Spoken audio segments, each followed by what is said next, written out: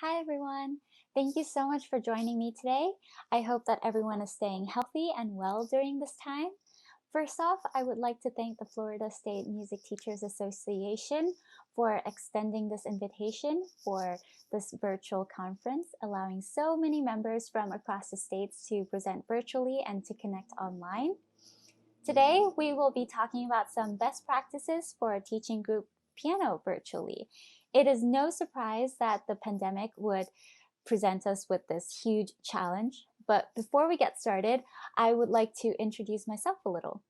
My name is Nicha Stapanukul, and I am currently a doctoral student at Indiana University Jacobs School of Music, where I have taught as an associate instructor of secondary piano since 2017. I am also currently the Vice President of the MTNA Collegiate Chapter at IU and the Executive Assistant of the IU Young Pianist Program.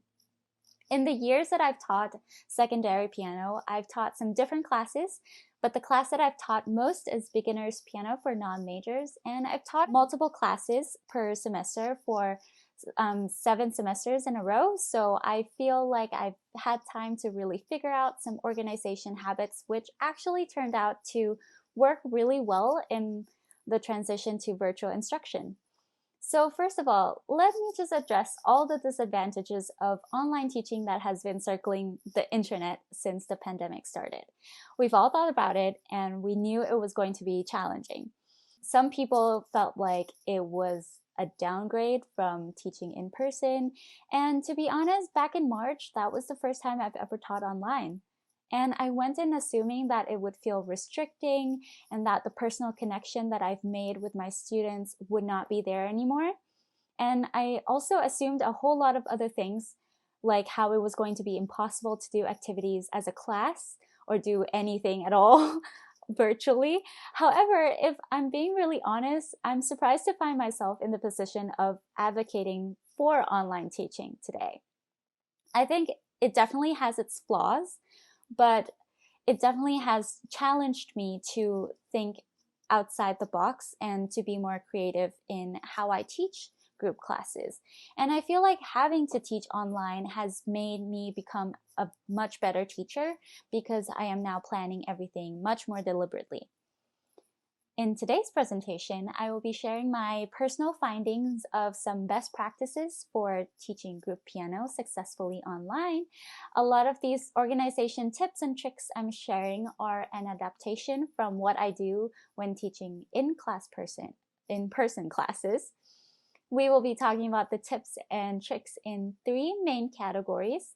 So preparation, in-class content, and out-of-class communication. There is a lot more to it than I can cover in 20 minutes, so I will sort of give you a cheat sheet version of it. There is a handout to accompany this presentation that includes a really easy to follow outline as well as links to resources for you to explore. Just click on the icons. Let's start with preparation. So what I mean by preparation is preparing for each and every single class and thinking ahead about how you can make your course linear and lead a continuous path to a successful semester. When we class plan, especially when life gets busy and the semester keeps getting busier and busier, it's really easy to end up just thinking about, oh, let's do one day at a time, just get through the day, and forget about the bigger picture. I always plan in advance so I can sort of see how one class will lead to another. And yes, I know you're probably thinking, but things change and then I'll have to redo the class plan all over again. So let me address that. I'm not saying to plan every single class out for the entire semester all at once, because of course, the content of each class will change depending on your students' learning pace. I usually use my Sundays to plan for at least the week. So it seems like a good time for me to reset and reevaluate how last week went and how to move forward and create that linear path. And if there are juries coming up, I try to at least outline the class material that needs to be covered up to 2 weeks in advance. For planning and tracking purposes, you should keep some kind of notebook so you can easily see what you've done in the past and sort of have it as an archive to look back on. I used to have a physical notebook, but after having an iPad, it is just so much more convenient. For those of you who have iPads, I highly recommend using an app, and you may already have one, and there are so many great ones out there. Here is an example of what I have. I use GoodNotes 5 and have been using it for almost 4 years. I love using any sort of digital notebook because it is extremely easy to move stuff around, as you can see in this video. And you can easily reorganize material without making a huge mess like you normally would with a physical notebook with the crossing out and erasing or white out. And as a bonus, you can use color for organizational purposes or just to make the task a little more fun. Another advantage is that you can easily duplicate pages and move pages around or organize notebooks for each class that you're teaching. It becomes that much easier to class plan, and you can even import music or select a staff paper template to use during class time. And there's so much more that you can do with GoodNotes, but let me just stop there before it becomes an ad for you to buy an iPad if you don't already have one. So if you don't have one, don't worry, because you can still class plan in a similar manner. You can use other applications compatible to your laptop like Google Docs, Evernote, or Microsoft OneNote. You just want an application where you can organize files or notebooks easily. There are so many applications out there that will work just as effectively. And if you would like to discuss your options with me, please feel free to reach out. I'd be happy to help. But for now, let's move on. Now that we've sort of done the planning part of our class, what can we do in class virtually to keep our students engaged? The two main things I was concerned about when moving to virtual instruction was student engagement in the class and being able to create a classroom environment for my students. And before I get into the specifics, I want to mention that having some sort of overhead camera that you can connect easily to your laptop has been a game changer. So you can easily switch back and forth between the cameras on Zoom, as you can see in the images. You can get really fancy ones, but I just bought a simple USB webcam and a stand on Amazon. And let me just say, my students have been really thankful that I have this. Okay, so I've broken down the in-class category into 3 subcategories of activities, organization, and community. It is so easy to fall into the pattern of, pointing out important information about particular exercises that we're doing and just say, okay, now let's do it together. And it might have worked when we were doing in-person instruction because you can sort of look around and evaluate whether your students are understanding the concept or playing things correctly or not. But you can't really do that virtually.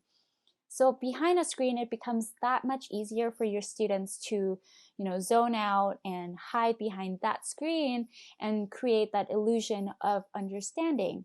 And this is where the active learning component really becomes extremely important in virtual instruction. Active learning is the process of involving your students in the process of incoming information, in the processing of incoming information. So to put it simply, they have to do something with that new information in order to remember it. And I'm sure you have encountered students who have said, well, when you explained this in class and we did it together in class, I understood it, but when I went home and I had to do it by myself, I had no clue what to do. So by implementing active learning, you get to break the cycle of students creating this illusion of understanding, and it also presents an opportunity for motivation. There are a lot of different things you can do to incorporate active learning and enhance stimulation in your students' learning. I've found an effective method that works really well in the in-person setting and easily adaptable to the virtual setting. I call it my piano buddy system, where I pair up my students and vary the activities that they do together. By implementing this system, you can have your students teach each other, providing them with mutual support and stimulation, which eventually leads to motivation. So them knowing that their partner is depending on them increases the likelihood of them actually doing their work. So you can use the piano buddy system in so many different ways. For example, if there is a new piece they're learning, you can have them play for each other and listen very carefully to help each other correct misread notes or markings. You can do activities that range from 5 minutes to 15 minutes. It is completely up to you. Be creative. You can have them share their composition projects or even work together to create a piece to share for the class. There are really infinite possibilities to involve your student in the learning process and to create a community for your students, even when it's virtual. And because it is virtual, there is the issue of sound latency, and it is no longer possible for us to tell our students to, play out loud in groups of 4 or play out loud at all, or to play out loud together at all. This is where the piano buddy really becomes beneficial, where you can sort of jump from room to room and hear each student play and give them some direct attention. And other activities you can implement in your classes to engage your students are interactive games that you can use to review musical concepts during class time. So students can some apps or some games, students can participate directly from their phones, and you can immediately scan the results to see whether your students are understanding the material or not. So I've used Kahoot in class and made Quizlet flashcards for my students to review terms and concepts on their own after some class discussions. You can even custom make online like bingo cards or Jeopardy games for special occasions for them to have fun. Now, let's talk about some organization within class time. I found that just having your students stare at your face and listening to your voice for 50 minutes is a recipe for students to zone out. So I have been creating these really simple PowerPoints and pasting all the pieces that we play in class on the slides so they have to look at the screen and where I point. So it is also so much easier to explain something when the music is on your screen and you can annotate it directly rather than getting them to explain where they are having trouble on their screen. Here you can see an example of my PowerPoints. Super simple, no fancy template whatsoever. This makes it super easy to make duplicates of the file and basically just change the content inside the file. And you can make however many of these you want. So our last concern for the in-class category is the ability to create a community and classroom environment for our students. So make sure you're having conversations with your students, sharing your daily lives or struggles, and even celebrating your students' accomplishments in their lives will create a more personal connection in your classroom than just it being a knowledge transaction. I'm sure we've all had teachers who seem like all they care about was how well you do in their class and not about your well-being at all. And to me, that doesn't really create an environment where students are comfortable being themselves and showing me what they really are capable of achieving in my class. So I try to give them some padding time of like a minute or two whenever we do breakout rooms to catch up on each other's lives. So we have to understand that some students aren't accustomed to taking online classes and may need some extra support from their peers and even us. So we just take that into consideration. Okay, now let's transition to the out of class category. Now that we've engaged them with the in-class material, how do we continue to motivate them and create a clear guiding path for our students outside the classroom? So for the community aspect, I am using an online platform this year to create what is essentially a virtual bulletin board where students can share their work and give each other support outside the classroom. It's really been working really well so far. I use this platform called Padlet, and I am able to create different boards and custom build each board for each class and share it with my students. There are similar platforms like this out there, like Wakelet or Flipgrid. You can create posts, upload images, videos, whatever you'd like, and they can upload their work to share with one another and comment on each other's work to give some support. And I love using Padlet because it also doubles as a student portfolio where they can look back at the end of the semester and look at the progress they've made throughout the year. And it's really, really rewarding. So the next important aspect to consider in the out-of-class category is the use of a learning management system.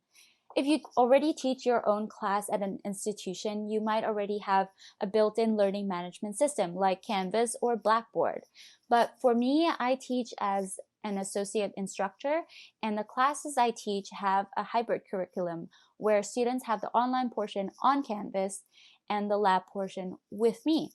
So for their lab portion, I like to also be able to create that clear guiding path for them as well, with assignments and things that they can look back on.